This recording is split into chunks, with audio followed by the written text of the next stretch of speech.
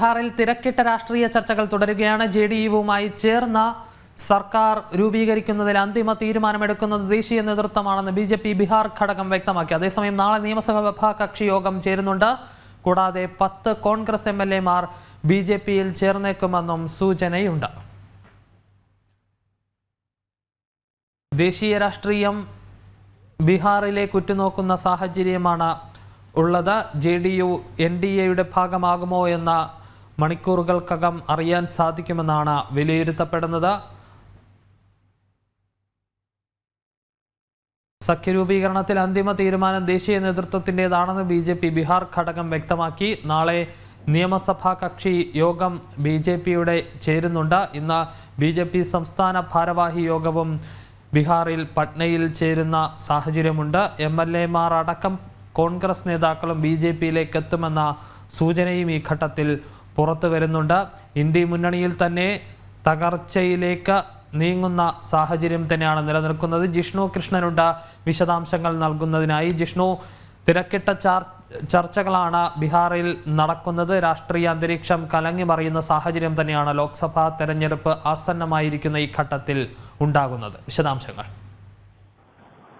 തീർച്ചയായും ബീഹാറിൽ തിരക്കിട്ട ചൂടേറിയ രാഷ്ട്രീയ ചർച്ചകൾ നടക്കുകയാണ്. നിലവിൽ ജെഡിഎസ് സഖ്യ സർക്കാരിന്റെ നിലനിൽപ്പ് തന്നെ അവതാളത്തിലാക്കിക്കൊണ്ട് എൻഡിഎക്കൊപ്പം ചേരും, അല്ലെങ്കിൽ ജെഡിഎസ് എൻഡിഎ സഖ്യ സർക്കാർ ബീഹാറിൽ അധികാരത്തിലേറും എന്നുള്ള സൂചനകൾ കഴിഞ്ഞ ദിവസം മുതൽ തന്നെ പുറത്തു വന്നിരുന്നു. അതിന്റെ തിരക്കിട്ട ചർച്ചകളിലേക്ക് ഇപ്പോൾ കടക്കുകയാണ്.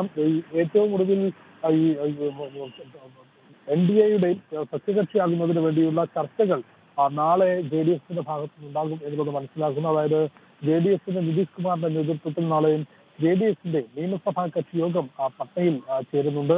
ആ യോഗത്തിലായിരിക്കും ഒരു അന്തിമ തീരുമാനം ജെഡിഎസിന്റെ ഭാഗത്തുനിന്ന് ഉണ്ടാവുക. ഒപ്പം ഇന്ന് ബിജെപിയുടെ സംസ്ഥാന നിർവാഹക സമിതി യോഗം പട്നയിൽ ചേരുന്നുണ്ട്. അതിൽ വിനോദ് ചാവ്ഡെ പങ്കെടുക്കും. ഈ യോഗത്തിൽ ഏത് തരത്തിലുള്ള തീരുമാനം സംസ്ഥാന രാഷ്ട്രീയത്തിൽ കൈക്കൊള്ളണം എന്നത് സംബന്ധിച്ചുള്ള ഒരു ചർച്ച ബീഹാറിൽ സംസ്ഥാന നേതൃത്വത്തിന്റെ ഭാഗത്തുനിന്ന് ബിജെപിയുടെ ഭാഗത്തുണ്ടാകും. പക്ഷേ വിഷയത്തിലൊരു അന്തിമ തീരുമാനം കൈക്കൊള്ളുക തീർച്ചയായും ബിജെപിയുടെ ദേശീയ നേതൃത്വമായിരിക്കും. കാരണം നേരത്തെയും നിതീഷ് കുമാറും ഒപ്പം ബിജെപിയുമായി ചേർന്നുകൊണ്ട് ബീഹാറിൽ സർക്കാർ രൂപീകരണം നടത്തിയിരുന്നു. പൊതു തെരഞ്ഞെടുപ്പിലും രണ്ട് കക്ഷികളും ഒരുമിച്ച് നിന്നുകൊണ്ട് തെരഞ്ഞെടുപ്പിനെ നേരിട്ടിരുന്നു. പക്ഷേ വിവിധ തവണയായി നിതീഷ് കുമാർ കളം മാറ്റി ചവിട്ടുന്ന, അല്ലെങ്കിൽ രാഷ്ട്രീയ സാഹചര്യത്തിനനുസരിച്ച് കളം മാറ്റി ചവിട്ടുന്ന സാഹചര്യം നമ്മൾ കണ്ടിട്ടുള്ളതാണ്. അതുകൊണ്ട് തന്നെ ആ വിഷയത്തിലൊരു അന്തിമ തീരുമാനം ബിജെപിയുടെ ദേശീയ നേതൃത്വമായിരിക്കും കൈക്കൊള്ളുക. കേന്ദ്ര ആഭ്യന്തരമന്ത്രി അമിത്ഷാ, ബിജെപിയുടെ മുൻ ദേശീയ അധ്യക്ഷനും നിലവിൽ കേന്ദ്ര ആഭ്യന്തരമന്ത്രിയുമായിട്ടുള്ള അമിത്ഷാ ഈ കാര്യങ്ങൾ, അല്ലെങ്കിൽ ബീഹാറിലെ നിലവിലെ രാഷ്ട്രീയ സാഹചര്യങ്ങൾ കൃത്യമായി വിലയിരുത്തുന്നുണ്ട് എന്നാണ് മനസ്സിലാക്കുന്നത്. ഒപ്പം RJDയെ സംബന്ധിച്ച് വലിയ പ്രതിസന്ധിയാണ്. RJDയെയും കോൺഗ്രസിനെയും നിലവിലെ RJDയെ സംബന്ധിച്ച് വലിയ പ്രതിസന്ധിയാണ്. RJDയെയും കോൺഗ്രസിനെയും നിലവിലെ ഇന്ത്യ മുന്നണിയെയും സംബന്ധിച്ച് വലിയ പ്രതിസന്ധിയാണ് ബീഹാർ രാഷ്ട്രീയത്തിലുമൊപ്പം ദേശീയ രാഷ്ട്രീയത്തിലും നിതീഷ് കുമാറിന്റെ കൂടുമാറ്റം ഉണ്ടാക്കുക എന്നുള്ള കാര്യത്തിൽ യാതൊരു സംശയമില്ല. നിലവിൽ 2024 പൊതു തെരഞ്ഞെടുപ്പ് മുന്നിൽ കണ്ടുകൊണ്ട് കോൺഗ്രസും ഒപ്പം നിതീഷ് കുമാറും മുൻകൈ എടുത്തുകൊണ്ട് രൂപീകരിച്ചിട്ടുള്ള ഇന്ത്യ സഖ്യം, അതിന്റെ ആദ്യ യോഗം നടന്നിട്ടുള്ളത് ബീഹാറിലായിരുന്നു, പട്നയിലായിരുന്നു. അതിന് മുൻകൈ എടുത്തിട്ടുള്ളത് നിതീഷ് കുമാർ ആയിരുന്നു. ആ നിതീഷ് കുമാർ തന്നെ ഇപ്പോൾ BJPക്കൊപ്പം ചേരുന്നു എന്നുള്ളത് ഏറ്റവും പ്രധാനമായ വസ്തുത. അത് ദേശീയ രാഷ്ട്രീയത്തിൽ ഇന്ത്യ സഖ്യത്തിന് കോൺഗ്രസും മറ്റ് കക്ഷികളും ഉൾപ്പെടുന്ന, പ്രതിപക്ഷ കക്ഷികളും ഉൾപ്പെടുന്ന ഇന്ത്യ സഖ്യത്തിനുണ്ടാക്കുന്ന പ്രതിസന്ധിയും തലവേദനയും വളരെ വലുതായിരിക്കും എന്നുള്ള കാര്യത്തിൽ യാതൊരു സംശയമില്ല. കാരണം കോൺഗ്രസിനെ ഒഴിച്ചു നിർത്തിയാൽ അതിൽ പിന്നീട് പ്രബലരായിട്ടുള്ള പാർട്ടി എന്നുള്ളത് ഒന്ന് നിതീഷ് കുമാറിന്റെ JDSഉം ഒപ്പം ബംഗാളിൽ തൃണമൂൽ കോൺഗ്രസും മഹാരാഷ്ട്രയിൽ ചെറിയൊരു ഭാഗം നിലവിൽ ഉദ്ധവ് താക്കറെ ശിവസേനയും എല്ലാമാണ്. എന്നാൽ നിലവിൽ നിതീഷ് കുമാർ ഏതായാലും NDA പാളയത്തിലേക്ക് എത്തും എന്നുള്ള സൂചനകൾ ഉണ്ടാകുന്നു. കോൺഗ്രസിനൊപ്പം സഖ്യമുണ്ടാകില്ല എന്ന പ്രതികരണം തൃണമൂൽ കോൺഗ്രസും മമതാ ബാനർജിയും നടത്തിയിട്ടുണ്ട്. അതുകൊണ്ട് 24 പൊതു തെരഞ്ഞെടുപ്പിലേക്ക് എത്തുമ്പോൾ കോൺഗ്രസിന്റെ നേതൃത്വത്തിലുള്ള ഇന്ത്യ സഖ്യം തകർന്നടിയും. അതിനപ്പുറത്തേക്ക് ബീഹാർ രാഷ്ട്രീയത്തിലും വലിയ മാറ്റങ്ങൾ ഉണ്ടാകും. അതിന്റെ ഇരു പാർട്ടികളുടെയും അതായത് BJP-യുടെയും JDS-ന്റെയും നേതാക്കളുടെ പ്രതികരണങ്ങൾ പരിശോധിക്കുമ്പോൾ നാളെ പട്നയിൽ JDS-ന്റെ നിതീഷ് കുമാറിന്റെ നേതൃത്വത്തിൽ നിയമസഭാ കക്ഷി യോഗം ചേരുന്നുണ്ട്. ആ യോഗത്തിലായിരിക്കും ഒരു അന്തിമ തീരുമാനമെടുക്കുകയും ഗവർണറെ കാണുന്നതിനുള്ള സമയം ഉൾപ്പെടെയുള്ള കാര്യങ്ങളിലേക്ക് തീരുമാനമെത്തുക. ഇതിനോടകം തന്നെ നിതീഷ് കുമാർ ഗവർണറുടെ സമയം ചോദിച്ചിട്ടുണ്ട് എന്നുള്ളതാണ് മനസ്സിലാക്കുന്നത്. BJP-യും JDS-ഉം തമ്മിലൊരു ധാരണയിലെത്തിയാൽ വളരെ വൈകാതെ തന്നെ നിലവിലെ മന്ത്രിസഭ പിരിച്ചുവിട്ടുകൊണ്ട് നിതീഷ് കുമാർ BJP-ക്കൊപ്പം ചേർന്നുകൊണ്ട് ഒരു മന്ത്രിസഭ ബീഹാറിൽ രൂപീകരിക്കാനാണ് സാധ്യത. നിതീഷ് കുമാർ മുഖ്യമന്ത്രിയായും BJP-ക്ക് 2 ഉപമുഖ്യമന്ത്രിമാരുമായുള്ള ഒരു മന്ത്രിസഭയ്ക്ക് സാധ്യതയുണ്ട് എന്നുള്ളതാണ് ബീഹാർ രാഷ്ട്രീയം പരിശോധിച്ചുകൊണ്ട് ദേശീയ രാഷ്ട്രീയ നിരീക്ഷകരും ഒപ്പം ദേശീയ മാധ്യമങ്ങളും എല്ലാം തന്നെ റിപ്പോർട്ട് ചെയ്യുന്നത്. നിലവിൽ ബീഹാറിൽ RJD ആണ് ഏറ്റവും വലിയ ഒറ്റകക്ഷി. 79 സീറ്റുകളുണ്ട്. തൊട്ടുപിറകെ 76 സീറ്റുകൾ BJP-ക്കുമുണ്ട്. കഴിഞ്ഞ നിയമസഭാ തെരഞ്ഞെടുപ്പിൽ BJP JDS അതായത് BJP-യും നിതീഷ് കുമാർ സഖ്യവുമായിരുന്നു ഒരുമിച്ച് തെരഞ്ഞെടുപ്പിനെ നേരിട്ടത്. അവിടെ BJP ഏറ്റവും വലിയ ഒറ്റകക്ഷിയായി 70-ന് മുകളിൽ സീറ്റുകൾ നേടി.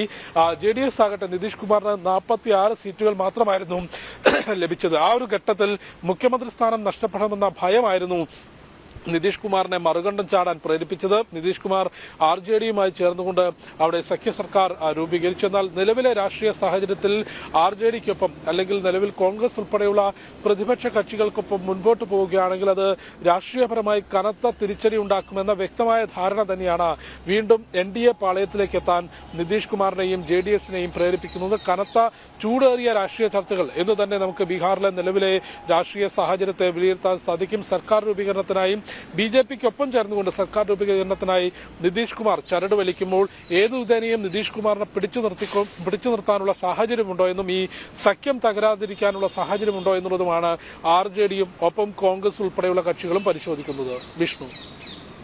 ജിഷ്ണു, ഒപ്പം തന്നെ നിതീഷ് കുമാർ ഗവർണറെ കാണാൻ സമയം തേടിയിട്ടുണ്ട് എന്ന വിവരം പുറത്തു വരുന്നുണ്ട്. അതായത് സത്യപ്രതിജ്ഞാ ചടങ്ങുകൾ അടക്കമുള്ള നടപടികൾ വേഗത്തിലാക്കുന്നതിനുള്ള ഒരു ശ്രമം നിതീഷിന്റെ ഭാഗത്തുനിന്ന് ഉണ്ടാകുന്നു എന്ന സൂചന തന്നെയല്ലേ ഇത് മുന്നോട്ട് വയ്ക്കുന്നത്? കാരണം കഴിഞ്ഞ ദിവസങ്ങളിലെല്ലാം പുറത്തു വന്നിരുന്ന വാർത്തകളും വിവരങ്ങളും നാളെയോ മറ്റന്നാളോ സത്യപ്രതിജ്ഞ ഉണ്ടാകാൻ സാധ്യതയുണ്ട് എന്ന് തന്നെയായിരുന്നു.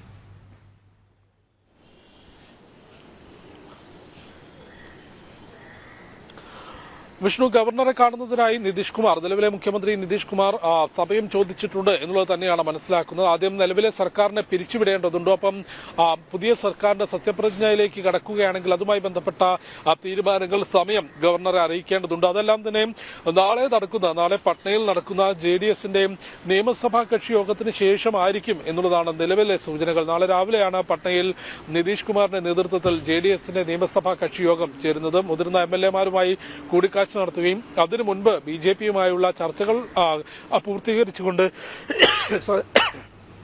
സർക്കാർ രൂപീകരണവുമായി ബന്ധപ്പെട്ട ചർച്ചകളിലേക്ക് എത്തിയ ശേഷമായിരിക്കും നിതീഷ് കുമാർ ഗവർണറെ കാണുക എന്നുള്ളതാണ് മനസ്സിലാക്കാൻ സാധിക്കുന്നത്. നിലവിലെ സാഹചര്യത്തിൽ നിതീഷ് കുമാറിൽ നിന്നും ഒപ്പം JDS-ന്റെയും BJP-യുടെ മുതിർന്ന നേതാവ് സുശീൽ കുമാർ മോദി ഉൾപ്പെടെയുള്ളവരുടെയും പ്രതികരണത്തിൽ നിന്ന് നമുക്ക് മനസ്സിലാക്കാൻ സാധിക്കുന്നത് അടുത്ത ദിവസം ഞായറാഴ്ചയോ അല്ലെങ്കിൽ തിങ്കളാഴ്ചയോ സത്യപ്രതിജ്ഞയ്ക്ക് അല്ലെങ്കിൽ ഈ ഒരു വിഷയത്തിന്മേലുള്ള അന്തിമ തീരുമാനത്തിന് സാധ്യതയുണ്ട് എന്നുള്ളതാണ്. അങ്ങനെ ഒരു തീരുമാനത്തിലേക്ക് എത്തുകയാണെങ്കിൽ ആദ്യം നിലവിലെ സഖ്യ സർക്കാരിനെ പിരിച്ചുവിടുന്നതിനായി മുഖ്യമന്ത്രി നിതീഷ് കുമാർ ഗവർണറെ കാണും. അതിനുശേഷമായിരിക്കും NDA സഖ്യ സർക്കാരുമായി ബന്ധപ്പെട്ട സത്യപ്രതിജ്ഞാ ചടങ്ങുകളും അതിന്റെ സമയവും തീരുമാനിക്കുക എന്നാണ് മനസ്സിലാക്കുന്നത്. വിഷ്ണു.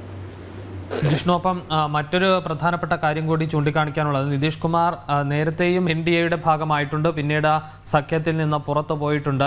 സമാനമായ രീതിയിൽ വീണ്ടും ഉണ്ടാകാനുള്ള സാധ്യത മുന്നിൽ കണ്ട് തന്നെ ആയിരിക്കില്ലേ BJP നേതൃത്വത്തിൻ്റെ ഈ വിഷയത്തിലെ നിലപാടും തീരുമാനവും? അതിനായി ഇത്തരത്തിലുള്ള സഖ്യം ഉണ്ടാകുകയാണെങ്കിൽ കൃത്യമായ രീതിയിൽ ഒരു ഫോർമുല മുന്നോട്ട് വെച്ച് തന്നെയാകില്ലേ BJP മുന്നോട്ട് പോകുക?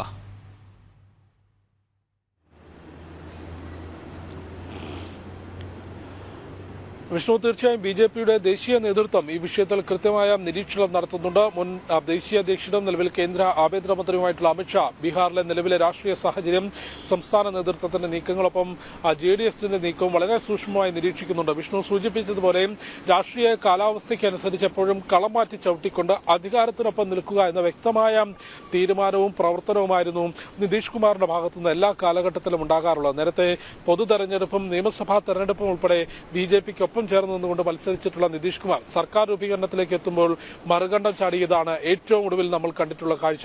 സഖ്യ സർക്കാർ രൂപീകരണത്തിലുള്ള എല്ലാ സാധ്യതകളും BJP JDS സർക്കാർ രൂപീകരണത്തിനുള്ള എല്ലാ സാധ്യതകളും ഭൂരിപക്ഷവും ഉണ്ടായിരുന്നിട്ട് പോലും നിതീഷ് കുമാർ RJDക്കൊപ്പം പോയിക്കൊണ്ട് മറ്റൊരു സർക്കാർ രൂപീകരിക്കുന്ന കാഴ്ച നമ്മൾ കണ്ടിട്ടുള്ളതാണ്. അതുകൊണ്ട് വളരെ കൃത്യമായി നിലവിലെ രാഷ്ട്രീയ സാഹചര്യം നിരീക്ഷിച്ചുകൊണ്ടും ഒപ്പം വളരെ വ്യക്തമായ ഉപാധികൾ നിതീഷ് കുമാറിന് മുൻപിൽ വെച്ചുകൊണ്ടും മാത്രമായിരിക്കും നിതീഷ് കുമാറിനെ വീണ്ടും NDA സഖ്യത്തിലേക്ക് സ്വാഗതം ചെയ്യുകയാണെങ്കിൽ, തീരുമാനമെടുക്കുകയാണെങ്കിൽ BJP ദേശീയ നേതൃത്വം അത്തരത്തിൽ വളരെ വ്യക്തമായ നിരീക്ഷണവും ഉപാധികളും നിതീഷ് കുമാറിന് മുൻപിൽ വയ്ക്കാനുള്ള എല്ലാ സാധ്യതകളും നമുക്ക് കാണാൻ സാധിക്കും. അത്തരത്തിലുള്ള നീക്കം തന്നെയാണ് BJPയുടെ ദേശീയ നേതൃത്വത്തിന്റെ ഭാഗത്തുനിന്നുണ്ടാകുന്നത്. വളരെ വ്യക്തമായി ഈ കാര്യത്തിൽ സംസ്ഥാന നേതൃത്വത്തിനപ്പുറത്തേക്ക് ദേശീയ നേതൃത്വം തന്നെയായിരിക്കും വിഷയത്തിൽ തീരുമാനം കൈക്കൊള്ളുക.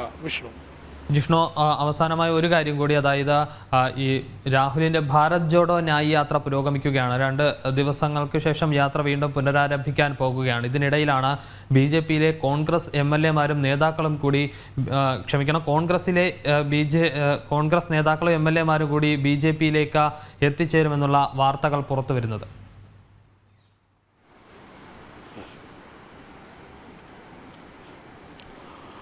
വിഷ്ണു, കോൺഗ്രസിന്റെ അല്ലെങ്കിൽ രാഹുലിന്റെ ഭാരത് ചോഡോ സംബന്ധിച്ച് അത് കഴിഞ്ഞ തവണ ആ ഒരു ഭാരത് ചോഡോ നടന്നതിന് ശേഷമായിരുന്നു നമ്മൾ വലിയ തെരഞ്ഞെടുപ്പ്, അതായത് രാജസ്ഥാനും മധ്യപ്രദേശും ഛത്തീസ്ഗഡും ഉൾപ്പെടെയുള്ള സംസ്ഥാനങ്ങളിലെ തെരഞ്ഞെടുപ്പ് നമ്മൾ കണ്ടിട്ടുള്ളതാണ്. അതിൽ കനത്ത പരാജയം കോൺഗ്രസിന് നേരിടേണ്ടി വന്നിരുന്നു. ഇപ്പോൾ രണ്ടാമത്തെ ഭാരത് ചോഡോ യാത്ര രാഹുൽ നയിക്കുമ്പോൾ അതിപ്പോൾ ബംഗാളിലേക്ക് പ്രവേശിച്ചിരിക്കുകയാണെന്ന്. ഇന്ന് ബംഗാളിൽ ആ യാത്ര തുടരുമ്പോൾ കോൺഗ്രസുമായി ഒരു സഖ്യത്തിനുണ്ടാകില്ല എന്നുള്ളതാണ് തൃണമൂൽ കോൺഗ്രസ് നേതാവ് മമതാ ബാനർജി ചൂണ്ടിക്കാട്ടിയിട്ടുള്ളത്. ഒപ്പം അടുത്ത ദിവസങ്ങളിൽ യാത്ര എത്തുന്ന ബീഹാറിൽ സംസ്ഥാന രാഷ്ട്രീയം ആകെ കലങ്ങി മറിയുകയും ഈ ഇന്ത്യ സഖ്യത്തിന് മുൻകൈ എടുത്തിട്ടുള്ള നിതീഷ് കുമാർ സഖ്യം തന്നെ വിട്ടുകൊണ്ട് BJPക്കൊപ്പം ചേരുമെന്ന രാഷ്ട്രീയ സാഹചര്യത്തിലേക്കും എത്തി നിൽക്കുന്നു. അതുകൊണ്ട് തന്നെ ഭാരത് ചോഡോ യാത്രയ്ക്കും നിലവിലെ ഇന്ത്യ സഖ്യത്തിനും എത്രത്തോളം രാഷ്ട്രീയ പ്രാധാന്യം ദേശീയ രാഷ്ട്രീയത്തിൽ ഉണ്ടാകും എന്നുള്ളത് നോക്കിക്കാണുന്നതാണ്. കനത്ത തിരിച്ചടിയാണ് കോൺഗ്രസിനെ സംബന്ധിച്ച് ഈ ഒരു രാഷ്ട്രീയ സാഹചര്യം എല്ലാം തന്നെ ഉണ്ടാക്കുന്നത്. കാരണം ഈ ഒരു ഇന്ത്യ സഖ്യത്തെ അടുത്ത 2024 പൊതു തെരഞ്ഞെടുപ്പ് വരെ മുന്നോട്ട് കൊണ്ടുപോവുക, ആ സഖ്യത്തിന്റെ പ്രധാനമന്ത്രി സ്ഥാനാർത്ഥിയായി ഒന്നുകിൽ രാഹുലിനെയോ അല്ലെങ്കിൽ ഏതെങ്കിലും ഒരു കോൺഗ്രസ് നേതാവിനെ മുന്നിൽ നിർത്തിക്കൊണ്ട് ആ ഒരു സഖ്യത്തിന്റെ മുന്നിൽ കോൺഗ്രസ് നിൽക്കുക എന്ന വ്യക്തമായ രാഷ്ട്രീയ ധാരണ സോണിയാക്കും ഒപ്പം ഹൈക്കമാൻഡിനും ഉണ്ടായിരുന്നു. അതെല്ലാം തകർക്കുന്ന തരത്തിലുള്ള രാഷ്ട്രീയ സാഹചര്യത്തിലേക്കാണ് ദേശീയ രാഷ്ട്രീയവും ഒപ്പം ബംഗാളിലെയും ബീഹാറിലെയും എല്ലാം സംസ്ഥാന രാഷ്ട്രീയവും മുന്നോട്ട് പോകുന്നത്. വിഷ്ണു.